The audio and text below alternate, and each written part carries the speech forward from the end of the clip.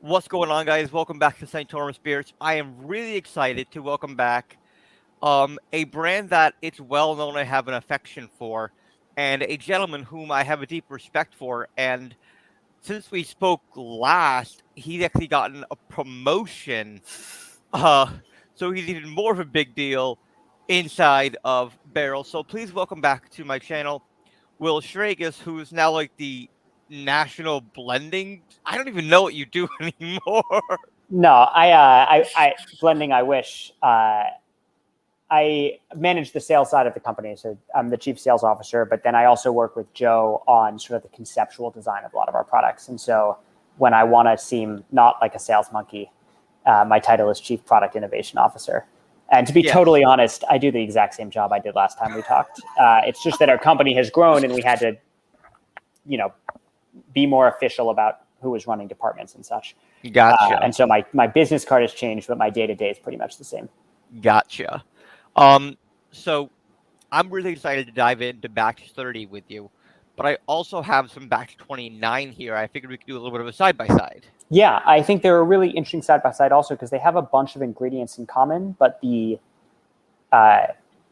sort of core focus of them is quite different. And then batch 30 is the first batch we've ever put out that includes Wyoming bourbon in it. And so I saw that. I was like, oh, Wyoming. Wow. And so it is, even though it's not a huge part of the recipe for batch 30, it definitely, brings its influence. I forgot how tight things come in from Barrell with the black tape on them. I forgot to take the black tape off sooner. So, do you want to talk about 29 first and then go into 30, or you want to talk about 30 and then go back to 29? It's totally up to you. Let's go in numerical order, starting with 29. So 29 is 6 and much older blend. There's a lot of ingredients to both 29 and 30. And so even though we aged it as a 6-year-old, there's as old as, off the top of my head, I think it's 15-year-old bourbon in batch 29. Wow. And though the core of it is some really wonderfully herbaceous and kind of spicy Indiana bourbon barrels, there is also some 6 to 10-year-old wheated Kentucky bourbon in it. Ooh, and very fun. I've actually developed a huge taste for wheat over the last year or so.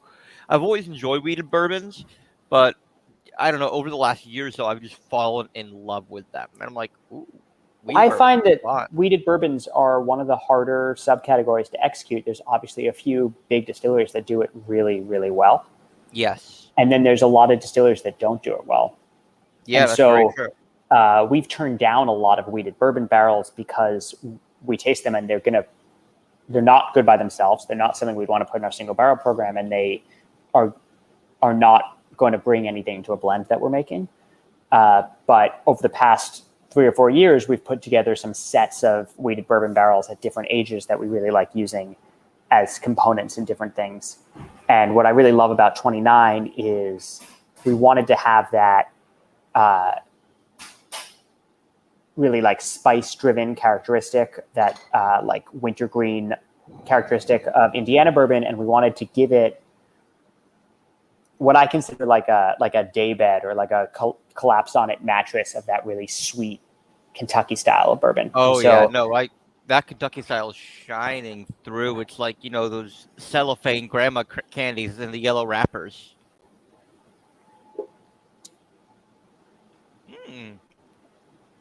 Those 2 drops of water opened it up. I get more chocolate, I get more malt, but I get a lot more of that chalkiness too. Mm-hmm.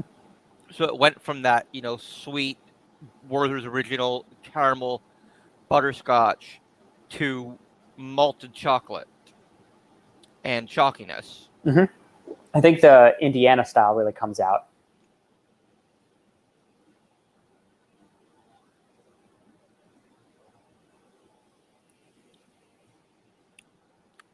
All right. Let's move on to 30. So talk to us a little bit about why you guys finally chose to include Wyoming. Because you've always had Kentucky, Tennessee, Indiana, and this is, as you said, is the first batch with Wyoming. So we've actually had these barrels for quite a while, and we have tested with them a lot. it really was finding the blend that we felt it was time to put enough in that it was going to make a difference. We didn't want to just throw Wyoming on a back label because there was one barrel in there. We wanted it to be a critical part of the blend. Sure. And the Wyoming whiskey that we're using, the Wyoming bourbon we're using, is wheated bourbon. And there's a pretty large portion of Kentucky wheated bourbon in this too, though there's still a lot of rye grain bourbon in it. And we decided that we liked the two wheated bourbons blended together, and together it was enough of a critical mass to create a bourbon profile that like really was unlike anything we had ever done before. So even though all of the ingredients in this have shown up in other batches except for the Wyoming bourbon, it was used to sort of pair with different things and create what I get is it's a very tropical bourbon. There's a lot of like ripe mango and that like moment where stone fruit kind of starts to taste tropical, like the apricot, really ripe nectarine kind of smell.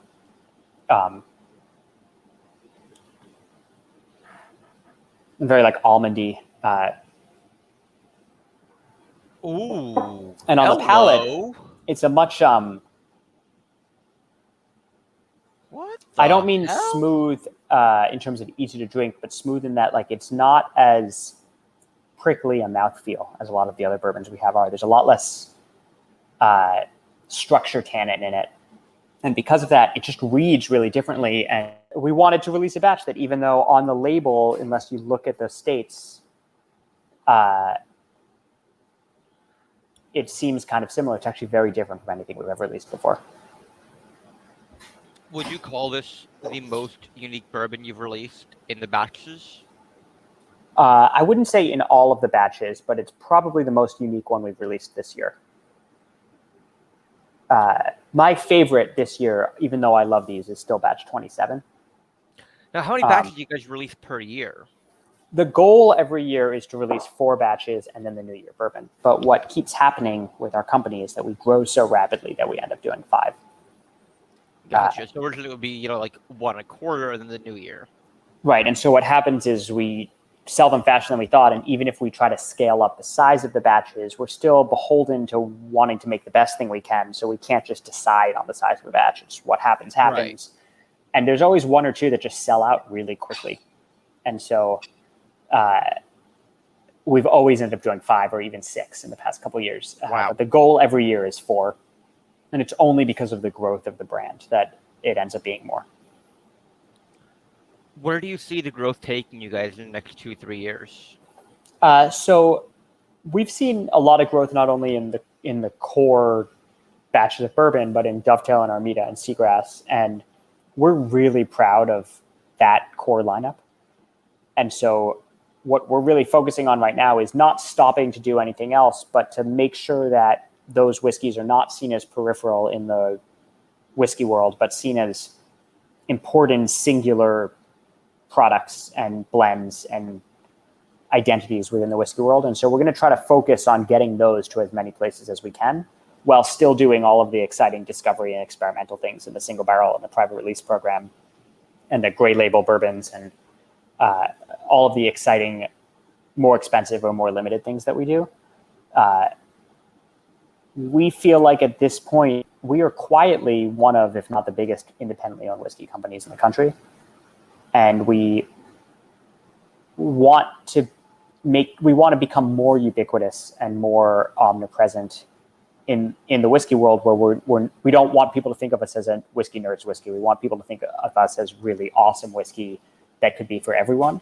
And that's hard work. It's getting liquid to lips. It's working not only with cool independent retailers, but with retailers that are not as intuitive about what they should bring in. It's working with chain retailers. It's increasing our sales team. It's increasing our production so we can maintain that growth without having any stock issues.